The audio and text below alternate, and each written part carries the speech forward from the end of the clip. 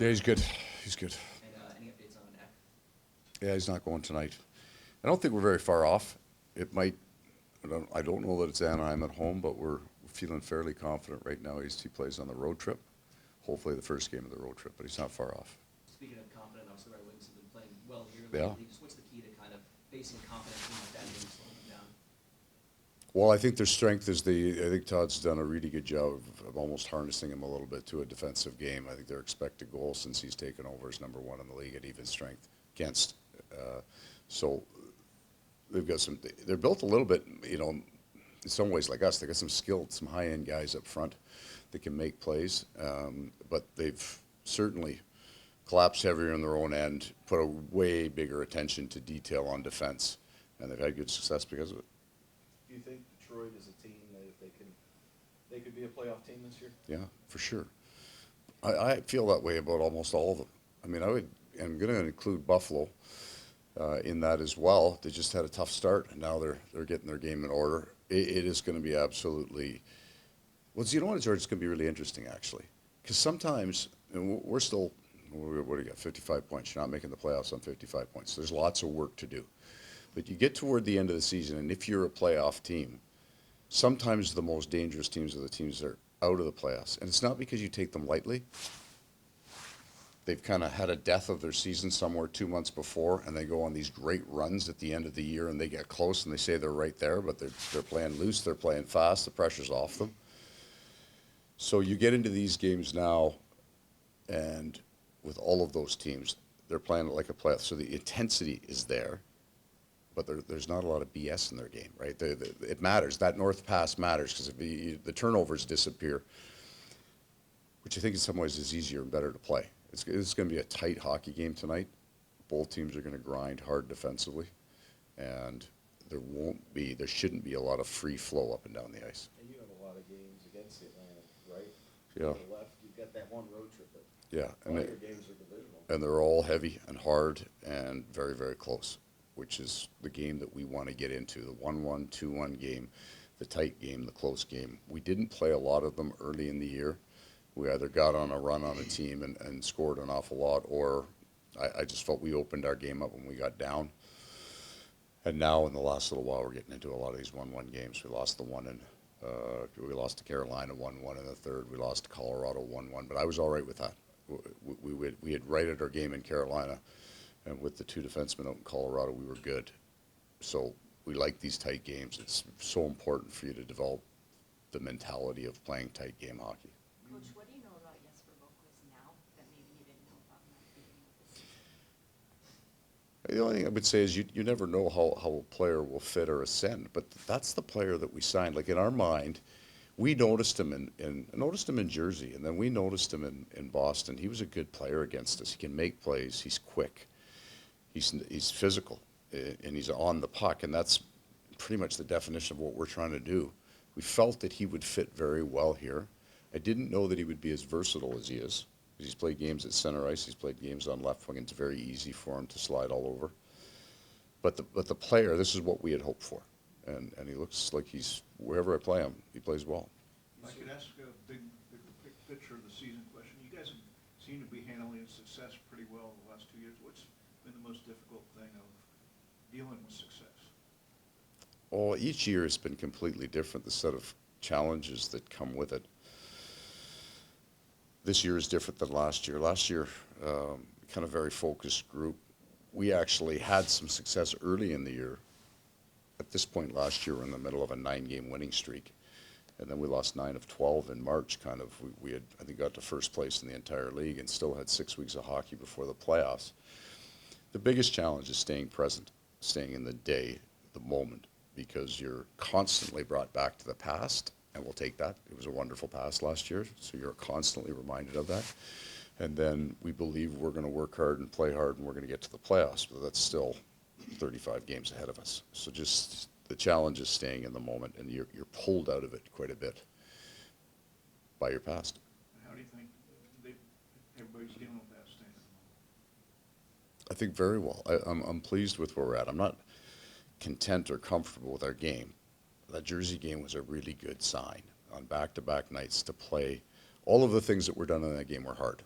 stopping and starting. There wasn't any looping in our game. There wasn't any spread in our game. There wasn't any casualness with the puck in our game. And that's mentally difficult to do, especially on back-to-back. I was very pleased to see that. Not to try to bring up the past, but Tarasenko on the other side. Yeah. What did he mean for you guys during that run? He was a great mentor. Vladdy loves the game. He likes to talk hockey. He's completely immersed in it. And we moved him around a bunch of different places, and then he found his home with Lusterine and Lundell, and just constantly on the bench talking about plays.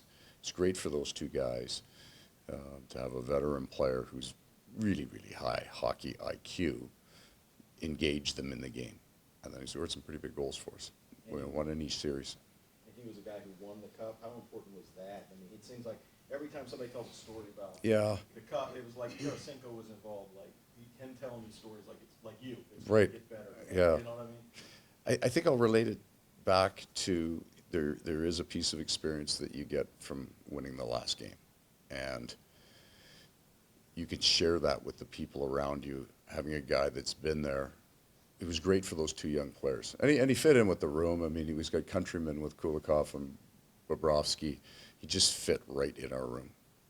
And real quick, I know it's not fantasy hockey, but people have been wanting to see Barkov with Kachuk and Reinhart for a long time. What was the decision to move Reinhart to the left, and are you going to continue that? No, Chucky played on the left. They just, it doesn't matter because of the two of them are so bright. They just get to the right spots, and they end up looking like they're playing the offside. We did it earlier in the year. More as a default, I wanted to split the lineup, and I wanted to have, Verhaeghe, Bennett, and Kachuk on a different line just to give them a different on-ice experience. Right? Sometimes you get into a rut of the game is played in a certain style, and it is with the two players you're playing with. And sometimes, that line has been dominant for us for 2 years. And I'm not married to it, but we'll probably come back to it at some point. But they all three needed just some time with different people. Matthew had a pretty good run there on the short look at it. I like to have most of the depth spread out, so I like when Matthew and Barkey are on different lines. The advantage for the other team is they're going to get their 1-2 out against those guys almost all night, right? They get the top pairing D gets to play against them, and that's an easier match for the opposing coach. But it's still three really good players you have to face, and it also means that the other two lines aren't going to face 1-2 very often. So I like the way we played. If we play that hard, I'll leave it. It can stay like that as long as the other players are making improvements and look good. We can leave it. So you'll start tonight? Yes.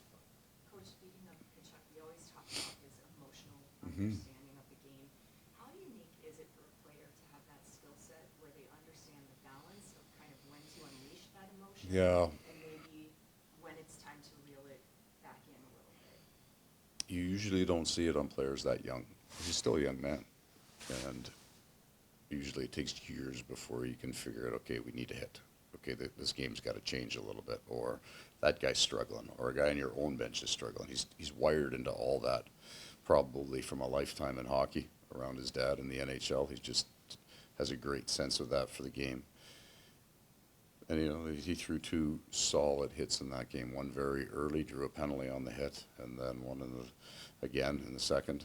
And that kind of wired the bench. It also wired the game. We operate better in that energy level, that kind of game. If it's a banger, we're in good shape. So he encourages that at times and draws our team into it. Last one for me. You guys have had success in the shootout this season. Is there an art to the shootout? Yeah, I have no or is idea. it really? It's a bunch of, I wouldn't have got, I never crossed the blue line, so I have no idea what it's like to be that close to the goalie with the puck. There's a skill and there's an ability to read goalies, right? Those hands guys, they watch the video of it before. They've got their 2 or 3 moves and they're looking for a spot. That's a high-end skill. Obviously, it doesn't happen a lot. How hyped does Callie get for those moments? Because obviously that's kind of his time to shine. Well, he does quite a bit of prep work on it. So they go into the shootouts. We have loops on tendencies with the goalies, and I think he's just, I don't know that it's the shooter he's more excited about, but our goalie, he pays pretty close attention to that. And Spencer's won the last 2. Been good. Spencer's been really good. Yeah, I thought that was a fairly even game through 2 in Jersey, and then probably I didn't like the first 10 or 15 minutes. I thought we were rolling, but he had to make 2 or 3 really big saves in the last 5 when that push came. Yeah, he's been good. Correct. Thanks so Okay, much, everybody. guys. Thank you.